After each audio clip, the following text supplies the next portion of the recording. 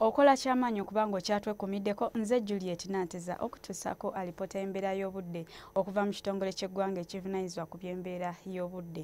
Enkuba yatonye mu bitundu by'eggwanga ebimu era nga alipoota eraga mu bitundu ebyo mulimu Mbarara, Kasese, Kitugumu, Buduuda ssaako ne Kalengere.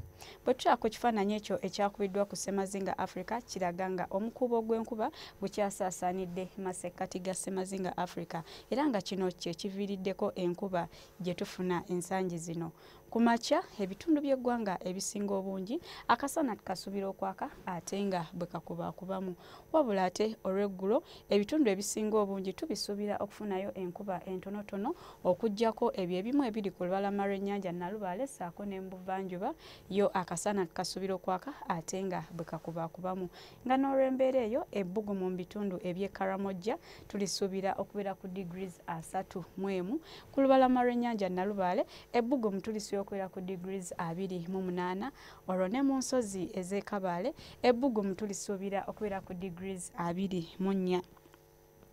Okusukka ensalo London, Nairobi ssaako ne mu New York tusuubirayo enkuba. Olwo mu Dubai ssaako ne mu Pretoria akasana tukasuubira okwememula era nga mu Pretoria ebbugumu tulisuubira okubeera ku degrees 28. Ebyo bye tusobodde okufunira okuva mu kitongole ky'eggwanga ekivunaanyizibwa ku by'embeera y'obudde. Beera bulungi.